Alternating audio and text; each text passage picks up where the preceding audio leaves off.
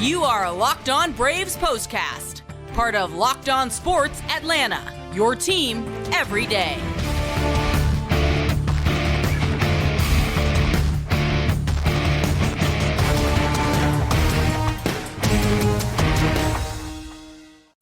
Hello and welcome into the Braves Postcast, part of Locked On Sports Atlanta. Grant McAuley, Jake Mastroianni with you after a Braves victory. That is the good news. And as this thing typically goes, on the flip side of that coin, there is unfortunately some bad news, and that is that the Atlanta Braves have once again lost Ozzie Albies to injury. He is done for the regular season. We're going to talk about that. We'll, of course, go through what was an important win for the Braves, 4-3. They take it over the Phillies. They have now won a series against Philadelphia, have a chance to go for a sweep on Sunday. So, of course, we'll get you set up for that. So many different things to talk about in this one. Before we get started, though, I want to remind you, subscribe here on YouTube and click the bell to get the notifications whenever we drop a new episode. And, of course, make sure you subscribe to Locked On Braves wherever you get your podcast. Jake, the good news, as I said, the 4-3 victory, you'll take it. A lot of good things happened in this game. Ronald Acuña Jr., Kenley Jansen, couple of the highlights. The low light, though, broken right pinky finger for Ozzie Albies. He is done for the year, and I don't know if Ozzie would have any luck this year, if not for bad luck. Yeah, it's definitely one of those bittersweet games. Certainly you love to win the game, and you love Ronald Acuña Jr. breaking out like he has been. But, I mean, you just feel for Ozzie Albies, a guy, worked his way back. He's in the lineup doing some good things, and he just seems like one of the best guys in all of baseball, and you just really hate this for him. And hopefully this is the last time we see him this year. I know they said the regular season, but maybe the Braves will go deep enough we get to see Ozzie return. But man, that was tough to watch. Yeah, I mean, we're going to go through the process of breaking down this game, and there were good things that happened on this night, but it's just this negative cloud that's just hanging over everything because, as you said, Ozzie is a guy that brings a certain energy and a certain dynamic to this club. It had been missing throughout the course of the season. Had it stopped the Braves from winning? No, but it kind of felt like it could be this X factor that you get right here at a time in the season where you could really use that kind of a lift. And he's back for about, 24 solid hours as far as on the field time is concerned. He plays in his first game, comes in his second game. He's on base a couple of times, tags up to head to second base, slides in, and breaks the pinky finger on his right hand. Brian Snitker said after the game he's definitely done for the rest of the regular season. Maybe we see him in the postseason, but yeah, I just can't help but just look at this overall, not to dwell on the bad news of the day, but this is something that I think this club, it's going to take a minute for this to set in, and it's going to be disappointing as it is right now, and even more so perhaps when it does. Yeah, and we talked about it. I mean, and a lot of people have been joking about it on Twitter. I mean, whether it's a coincidence or not, Ronald Acuña Jr. going off when his best friend comes back. I mean, I'm sure this has to be devastating to him. Hopefully, Ozzie's going to continue to be around and be in the clubhouse with the guys, but not the same when you're, on the field, and you're in battle with the guys. So, again, I think you talked about it yesterday, the energy Ozzie brings and the lift that he brings, especially this time of year. It's a long season, and you need sparks like that throughout the year. We've seen it with Harris and Grissom, and we were hoping Ozzie would kind of be that next kind of spark down the stretch here the rest of the way. So, I mean, it's devastating all around for Ozzie, the person, the player, for the team. He's a clubhouse leader. So you really just hate it all around right now for Ozzie Albies. But again, he's out there and he's doing good things. You talked about the play where he gets injured. He scores on the ball that Ronald Acuña Jr. hits, ends up being this deciding run in the game. So, it's just devastating. It's brutal what happened to Ozzie tonight. It really is. It felt like, if you're a longtime wrestling fan watching this podcast, great. Then we have something in common. But it's like that tag team that you loved finally getting back together, getting back out there. And in their first match, one of the guys gets hurt and you're going to have to be without it for a while. But, again, not to dwell on all the negative that comes from this, but it's just hard to sugarcoat it because it's a big loss for the Braves. But they did not lose this game. In fact, they won this game. Ozzie Albies contributed. Ronald Acuña Jr. big time contributed to this one. Let's talk about game number 145 for the Braves. It's game 2 of this 3-game set against the Phillies. Philadelphia now 80-65 after the loss. 3 runs, 8 hits, no errors, 8 men left on base.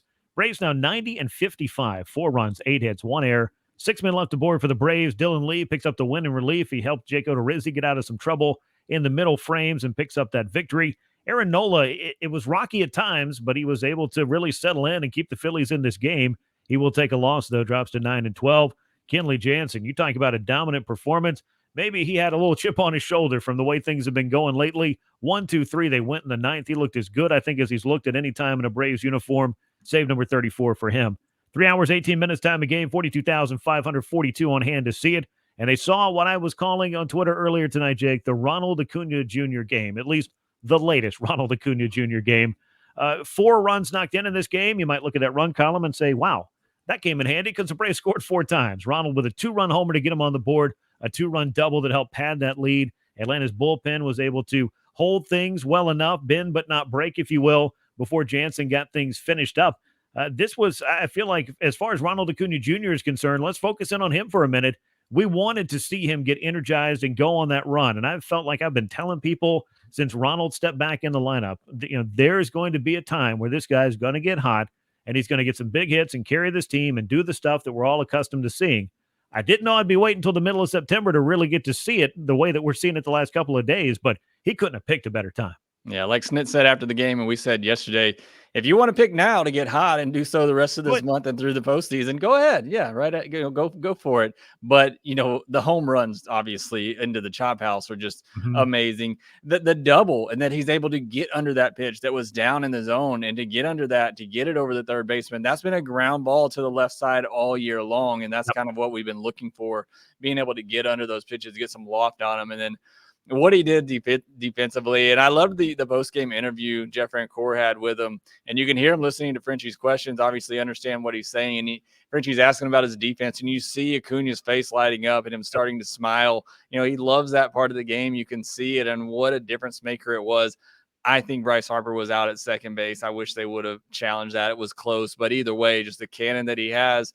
And you saw both with Ronald and Michael tonight saving a run because of the threat of their arms in the outfield. And what a difference maker he is when he's able to be in the field. He had the great diving catch against Bryce Harper. So, I mean, just does it all for you. We all know that. We unfortunately haven't gotten to see that all year from Ronald Acuña Jr. because of the injury and him coming back from it. But certainly nights like this remind you just the type of MVP talent he is when he is feeling well and playing this like he did on Saturday night. Yeah, and let me do some quick math, if you will. So 4 runs knocked in for Ronald in this one. The diving catch against Bryce Harper you brought up, that's no small play in this game. I think that could have cleared the bases. That's 3 runs that the Phillies did not get to score as that diving catch that Ronald made. With the bases loaded in the 5th inning for Philadelphia, that ended their threat, and that was when Jake Odorizzi got in a little bit of trouble. Dylan Lee was able to get out of it, thanks in large part to Ronald Acuña Jr. Go ahead and give him a save. I was racking my brain, Jake, and we've seen Ronald back for a number of months now. I don't remember another diving play that he has made all season long. He has pretty much been upright in right field. If he can't run it down, then he had to play it on a hop, but that was not the case on this night. It just feels like something has clicked. Maybe that time at DH where he kind of joked it was a little bit boring. Well, now he's back out there getting to do all the things he loves doing. We're seeing him making diving catches. We're seeing him hit home runs. The big-time opposite field power lets me know that this guy's where he needs to be. And as you brought up, another screamer over the third baseman to knock in another couple of runs. This is why Ronald Acuña Jr. is the player that people have come to know, or who they've come to know, the 5-tool guy that can affect the game in so many different ways. He was knocking in runs. He was saving runs. And as it happened, the Braves win by 1, so all of them proved to be pretty big. Yeah, hopefully that stint on the DH, while I didn't love it because I love him out there in the outfield, hopefully that's going to play a big factor here down the stretch and keeping him fresh. So, and if that's the case, then great on Snitker and the training staff for doing that, because what he's looked like here over the last couple of games, like we talked about, it's been truly amazing. It's the Ronald Acuña Jr. we're used to seeing. And again, like we said, if we get that for the rest of the month and in the postseason, watch out. I mean, this Braves team, which is already really good, could go to another level. We get MVP Acuña back. Yeah, and what a great time to wake up as far as the bat's concerned. And what a great way to wake up than with Coffee AM, the official sponsor of the Braves Postcast. Coffee AM is an Atlanta-based small batch coffee roaster. And if you go to coffeeam.com/lockedon today, you can get a full look at their menu of coffees and teas and gift sets. A lot of great stuff there. coffeeam.com/lockedon. Use the coupon code LOCKEDON at checkout. You get 15% off your first order. Coffee AM is the best small batch coffee roaster in America. That is Coffee AM. So as we look at the pitching side of things in this one, I thought Jake Odorizzi he adjusted a few things in this one. And really the one thing, and I know Chip Carey talked about this on the Bally Sports, I knew there were a lot of foul balls, but I didn't realize exactly how many balls have been fouled off by the Phillies that worked Odorizzi up to 93 pitches. He got in some trouble there in the 5th inning. I don't disagree at all with going to the bullpen because, Jake, third time through the lineup for Odorizzi, and for most pitchers in baseball, can be a lot trickier. I felt like that Snit made the calls that he needed to make. The bullpen got, by and large, the outs that they needed to get. And, Odorizzi looked better, obviously, against this Phillies team than he did against that Mariners team last time out. I thought he did a good job of working that cutter in a little bit more, especially away to right-handed hitters. I think if you can do that, because he has so much run on his four seam into righties, I think that cutter kind of keeps them honest. It's probably why you saw so many foul balls, because he was just working them in and out with that four seamer and cutter. But I thought that was a pretty good game plan there. So look, he can be an effective pitcher. It's not like, he hasn't been that in the past, but we just need to see more consistency out of him. Obviously, would love to see him go deeper in the games, but obviously the results were there. He pitched well, effectively enough. And yeah, I agree with you completely. I thought that was the right time for to go to the bullpen there. I mean, there was a lot of base runners late in this game. Yeah. A lot of stressful inning for these Braves pitchers. And again, did a good job just holding the Phillies right there. And like you said, maybe bending, but not fully breaking and giving the Braves a 1-run lead. So again, a lot of credit to the pitching staff, and I think a lot of credit to Snitker in the way he handled the bullpen in this one. Yeah, it certainly worked out on this night. 4 2/3 innings, just 2 hits and 1 walk for Odorizzi. He allowed 1 run, struck out 5, 93 pitches, ton of foul balls, I believe 26 in total that drove that pitch count up just a little bit. Dylan Lee was able to help work out of some trouble. I know A.J. Minter, Colin McHugh were also big in this game, Raisel Iglesias, and of course, Kenley Jansen. I mean, we've talked so many times lately about Kenley and locking down his role and getting you feeling good, and of course getting him feeling good about the important innings and the important outs that the Braves need from him. I hope that this is an indication that he has managed to figure out a few things mechanically and get the cutter going, because that's his pitch. And it seems like, Jake, over those last 10 appearances or so, he has really struggled to find the feel and the placement and the execution of his signature pitch. Yeah, and I don't know if I talked about it on here or on the podcast, but I feel like he wasn't throwing the cutter enough. Maybe there's reasons for that. Didn't feel comfortable with it, just wasn't locating it as well. But tonight, 9 cutters, 9 pitches, 9 cutters. So you saw him kind of getting back to that pitch. I thought it was obviously very effective for him in this game. So, obviously a lot going on with Kenley Jansen right now. He knows he hasn't been pitching like he's capable of, but certainly, on this night was very effective. And you had Bryce Harper lurking on deck, so there was no room for error in that 9th inning. You let a runner on, and next thing you know, Harper's coming up as the go-ahead runner at the plate. So, yeah, very good night for Kenley Jansen. Shuts it down, stress-free, exactly what you want out of your closer. Yeah, I wanted to see Bryce Harper batting in the top of the 1st inning on Sunday against Spencer Strider, and that's the matchup that we're going to get. Jansen's 34th save of the season. Ronald Acuña Jr., I don't know if I mentioned this earlier, that home run, 2nd in as many days, 13th on the season. Hopefully this is something that's a sign of things to come from him. Certainly he was the offensive standout of this game with his 2-run double and 2-run homer. Meanwhile, the Mets were busy winning another game. They did beat the Pittsburgh Pirates. That means that Atlanta remains a game out of first place. So keeping pace, you got to do that. Most certainly, that's what the Braves are focused on, is winning their game. And if they could get a little bit of help from some of these other teams, that would be nice. But you can't count on it night in and night out. So I'm sure that the Braves' message remains the same. We'll focus on winning ours. And, of course, they're going to see the Mets before too long. That series is growing closer by the day. Let's get you set up for Game 3 of this series after I tell you about Bet Online, which is the fastest and easiest way to check in on all your betting needs. You can find your favorite sports and events at the #1 online source for odds, lines, and games, with reviews and news of every league, MLB, NFL, NBA, NHL, as well as combat sports, esports, and golf. Head to betonline.net today and use your mobile device to learn more about the action that's happening at BetOnline, where the game starts. Braves will go for a sweep of the Phillies on Sunday. It's Spencer Strider on the mound. He's 10-5, 2.72 the ERA. The lefty Bailey Falter will be on the mound for the Philadelphia Phillies, and perhaps that last name is a little bit of foreshadowing. He's 5-3, 3.80 the ERA. If he does falter, and the Braves have been known, Jake, to take some liberties against left-handed pitching to the tune of a plus 800 plus OPS as a club. So this would appear to be, on paper, where the games are not played, a pretty favorable matchup for the Braves in the finale at 1:35 on Sunday.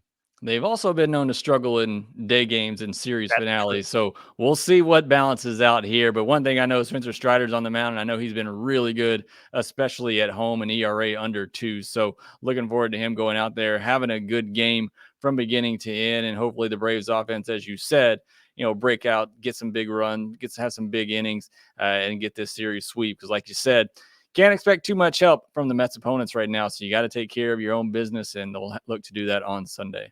You do, and the Braves are going to be very familiar with the Phillies when they wrap up this 3-game set. The Washington Nationals will come to town for 3 games, and the Braves hit the road, and they're at Citizens Bank Park for a 4-game series against Philadelphia. So very important to win every single one of these matchups. This does have wild card implications for the Phillies, obviously. For the Braves at the moment, who are in the number 1 wild card spot, you don't want to be ceding too much ground or giving anything up, and of course losing ground in the overall NL standings. The Phillies may not be able to win this division mathematically. It would be a miraculous finish for them, but they could certainly throw a wrench in the works for the Braves in trying to track down the Mets. Game 3 of the series, Phillies at the Braves. It's Spencer Strider against Bailey Falter, 1:35 p.m. Eastern Time at Truist Park.